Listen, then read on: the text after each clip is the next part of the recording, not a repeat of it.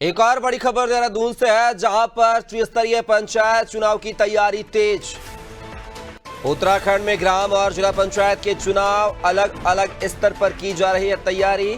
शासन और विभागीय स्तर पर तैयारी तेज। राज्य निर्वाचन आयोग भी कर रहा है चुनाव की तैयारी। तो एक खबर जो है देहरादून से है, जहां पर त्रिस्तरीय पंचायत चुनाव की तैयारियां तेज हो गई हैं।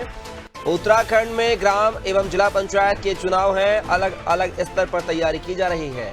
और ज्यादा जानकारी के साथ उत्तराखंड के bureau head Sonu Singh phone line पर लगातार हमारे साथ बने हुए हैं। सोनू, बात की जाए तो स्तरीय पंचायत चुनाव की तैयारियां तेज हैं।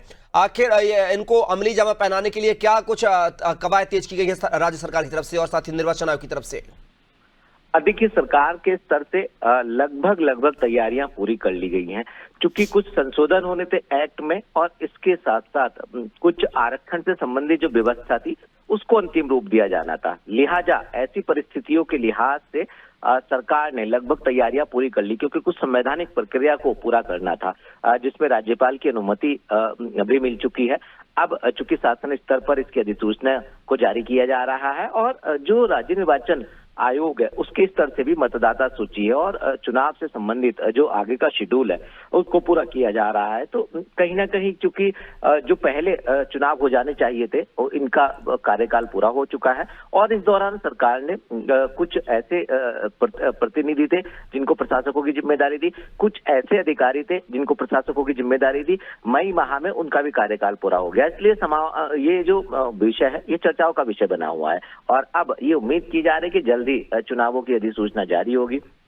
लिहाजा इस चुनाव की अधिसूचना के जारी होने के लिहाज से ये माना जा रहा है कि विभागीय स्तर पर, शासन स्तर पर और निर्वाचन स्तर पर जो भी आने वाले समय में तैयारी की जानी है ये तैयारियां जल्द ही पूरी कर ली जाएंगी और उसके बाद अधिसूचना जारी होगी। और आने वाले समय में जो राज्य निर्वाचन आयोग है, जब मतदाता सूची पूरी तरह से कंप्लीट हो जाएगी, कहीं किसी में कोई जो बदलाव करना है किसी भी मतदाता को अपने पते या नाम में, जब ये बदलाव पूरा हो जाएगा तो इसकी भी अंतिम सूची जारी कर दी जाएगी और जैसे ही ये शासकीय प्रक्रिया पूरी होगी उसके तत्काल बाद जो है वो कहीं ना कहीं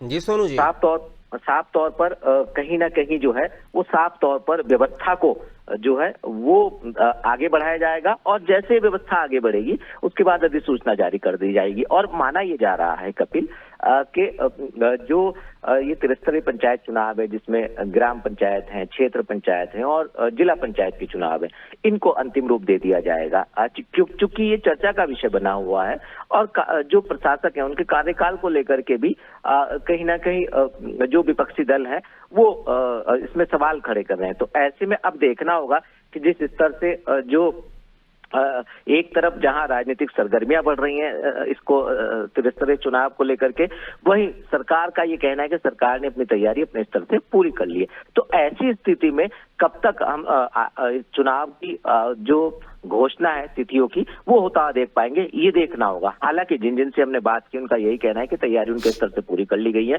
सिर्फ और सिर्फ इंतजार हो रहा है तो जो चुनाव की तिथियां उनके घोषित होने की, लेकिन उससे पहले की जो प्रक्रिया है उसमें थोड़ा सा इंतजार और करना होगा।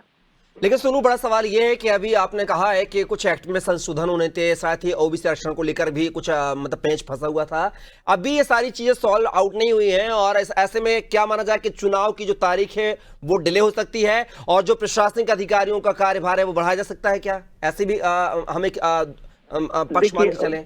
ये बहुत महत्वपूर्ण सवाल कपिल आपका है। ये बात बिल्कुल सही है कि पहले चुनाव हो जाने चाहिए थे और जब इनका कार्यकाल पूरा हो गया, जो जनप्रतिनिधि चुने गए थे वो अलग अलग व्यवस्थाओं के तहत, चाहे वो ग्राम प्रधान के तौर पर हो, क्षेत्र पंचायत के स्तर के हो या जिला पंचायत के स्तर के, जब ये चुने गए थे और इनका कार्यकाल पूरा हो गया तो दो व्यवस्थाओं में विभाजित किया गया। कुछ मौजूदा जनप्रतिनिधि को ही प्रशासक की जिम्मेदारी दे दी गई कि ये अपनी इस जिम्मेदारी का निर्वहन करेंगे और उनके कार्यकाल में भी फिर बढ़ोतरी की गई, उसकी उनकी समय सीमा बढ़ाई गई। उसके बाद एक तरफ जहां एक्ट में संशोधन, ओबीसी आरक्षण और मतदाता सूची, ये तीन पहलू पर हम बात कर रहे हैं। इसमें से कुछ ऐसी प्रक्रिया हैं जो हो चुकी हैं, कुछ होना बाकी है।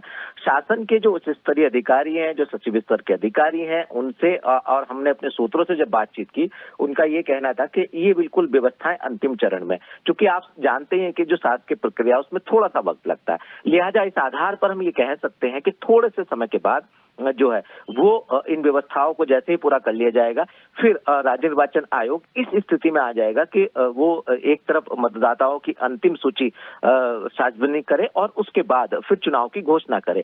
अब इसी का इंतजार हो रहा है। हालांकि इस पूरी की पूरी प्रक्रिया में थोड़ा सा वक्त जरूर लग सकता है, लेकिन माना ही जा रहा है कि जल्द से जल्द इस प्रक्रिया को पूरा कर लिया जाएगा, क्योंकि एक नहीं 3 स्तर पर इस प्रक्रिया को पूरा किया जा रहा है। और जैसे ही ये प्रक्रिया पूरी होगी उसके बाद जो है ये माना जा रहा है कि इन चुनावों को हम होता हुआ देख पाएंगे। लेकिन यही सवाल है कि आखिर कब तक उत्तराखंड में त्रिस्तरीय पंचायत चुनाव की तिथियों की घोषणा हो पाएगी, और जो अभी मौजूदा सूरत हाल इस शासकीय प्रक्रिया का है, इसको अंतिम रूप कब तक दे दिया जाएगा, इसी पर सबकी निगाहें टिकी है।